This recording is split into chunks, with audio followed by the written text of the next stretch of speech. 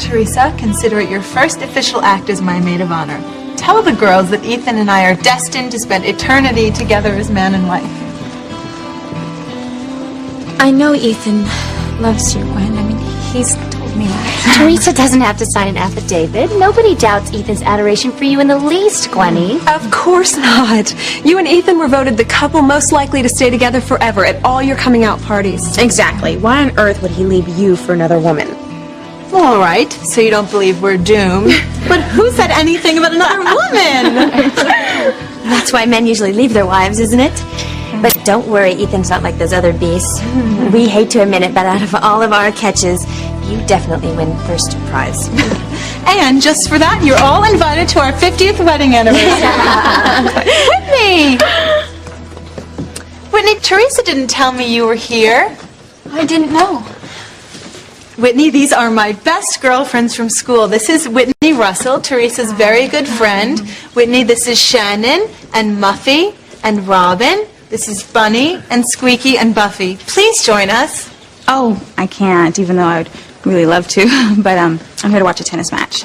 But can I steal Teresa for 2 seconds? Sure, of course. Just don't keep my maid of honor too long. Oh, never. I know what this looks like. No, I don't think you do, Teresa.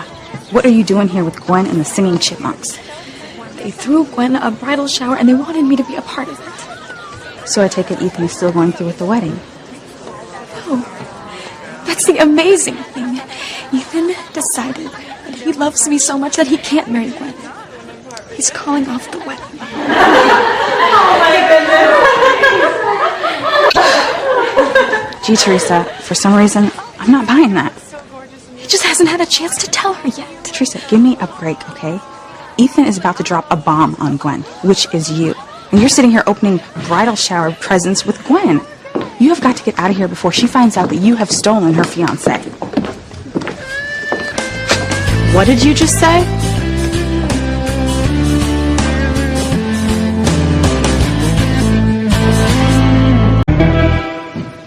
Come on. At my bridal shower. Sounded as if you two were talking about someone stealing something. That's right. Whitney was just telling me that someone stole a tennis racket out of her locker. What? Here at the club? God, what is the world coming to? I know. Well, I better get back to my girls. Bye. Bye.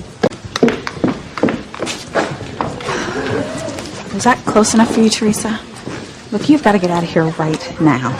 Whitney, I can't just walk out in the middle of Gwen's bridal shower. It'll look suspicious. You know, I really don't think they're going to notice. They seem pretty wrapped up in what they're doing to me. I know. You should see the bizarre things rich girls do at bridal showers. If I were you, I would not be so quick to toss around that word bizarre. How do you get yourself in these situations, Teresa? Don't ask. You know, it just happens. It's almost like God puts obstacles in my path to test my love for Ethan. Only I never let anything stop me. And now I am about to reap the rewards of my persistence. Look, I hate to always be the one to have to bring this up to you, but you have one major obstacle, and that is Gwen. Look, she might be all smiles right now, but when she gets the news, her claws are going to come out, Teresa. And those are a lot of claws. What am I supposed to do? Ethan's already made up his mind that that's the only fair thing to do. And, you know, I feel bad for Gwen. But I feel even worse for Ethan. I mean, once he's dealt with Gwen, he has to tell his family, too. Yeah, and they're going to lose it. I am sure they will at first. But once they realize how happy I can make Ethan, it'll be okay. And soon, I will be the one engaged to marry Ethan. I will be the one wearing the family pearls. Has Ethan said anything about marrying you? No. But I am sure once he breaks it off with Gwen, he will propose to me first thing. You'll see. Once Ethan settles things with Gwen, we'll start making plans for our future. I mean, just think. By this time next year, I could be married to Ethan. Maybe we could even have a double wedding. Yeah, and my groom would be who? Chad. You promised me you would tell Chad how you felt about him. And I am so glad that I didn't, Teresa. I found out that he is not who we thought he was at all. What do you mean? He did something is just so low. You know, I don't even want to talk about it, Teresa. Whitney, everybody makes mistakes. I mean, doesn't he deserve a second chance? If you knew what he did, you would not even be asking me that. I don't even know how I'm going to deal with him living over my garage. What? When did this happen? Well, it happened today, and I couldn't even say anything because I'm the one that got him kicked out of his apartment in the first place. Maybe your subconscious wanted him nearby. No, Teresa, not a chance, okay? But look, the worst part about it is that the wall to his apartment is connected to my bedroom wall. And he's so close, I can practically hear his heart beating. Whitney, whatever you think he did, he still gets to you. I just hope you realize it more quickly than Ethan realized he was in love with me.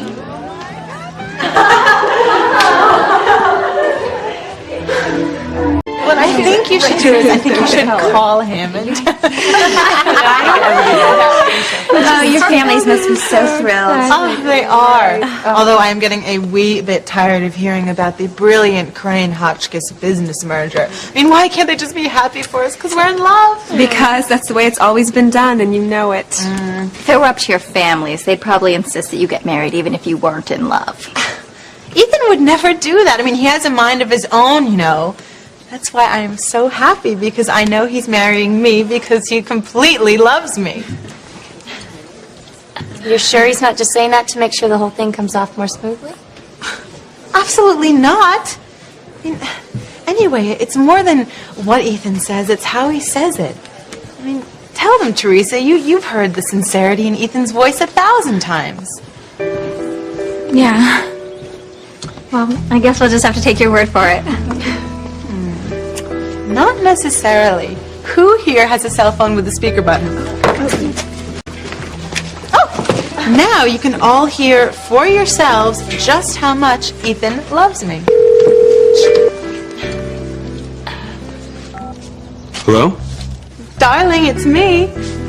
Oh, hi. So, how's the lunch going? Oh, it's going great. But, sweetheart, I know you were dying to tell me something earlier. What was it?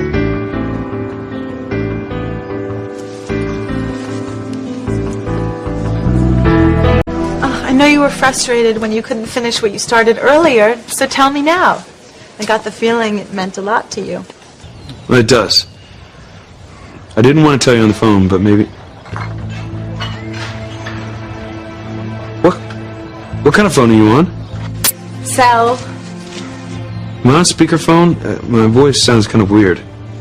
Okay, darling, you caught me. Oh, my nosy girlfriends just had to hear what you wanted to say. No, absolutely not. Look, I've got to talk to you in private. How soon can you get away? Well, my party's just about over. Why don't you come here? No, only if I can talk to you alone. Okay, I'll make sure all the girls are gone. Bye. That's just the way Ethan is. He's very private. Fine for you, but we miss out on this great declaration of love you're sure he's going to give you. Not if you don't want to. I mean, you could hide and eavesdrop. Oh, Glenn, maybe that's not such a good idea. I mean, what if Ethan has to say something really personal? Oh, Teresa, don't be silly. These girls are like my sisters. There's nothing Ethan could tell me I wouldn't tell them anyway. Besides, he probably just wants to tell me how much he adores me and can't bear to be without me. I mean, what else is new, right? You know what, Teresa, I really gotta go. And if you're smart, you'll do the same thing. How can I leave, Whitney? Ethan is gonna need me.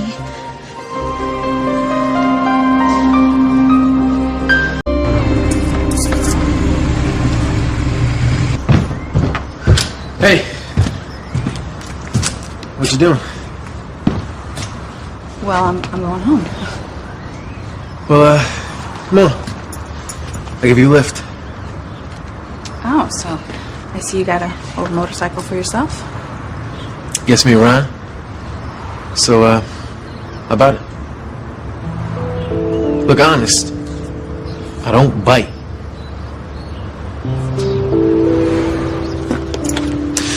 Look, I swore I wouldn't bring this up again, but, something has obviously changed your mind about me.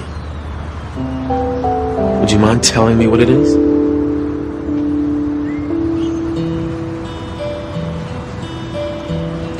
Okay. Well, you sure don't want to ride? I mean, it looks like the sky's about to break open any minute. Look, I'll be fine. So you'd rather get wet than sit behind me on a motorcycle? I'm sure the bus will be along any second. I'm fine.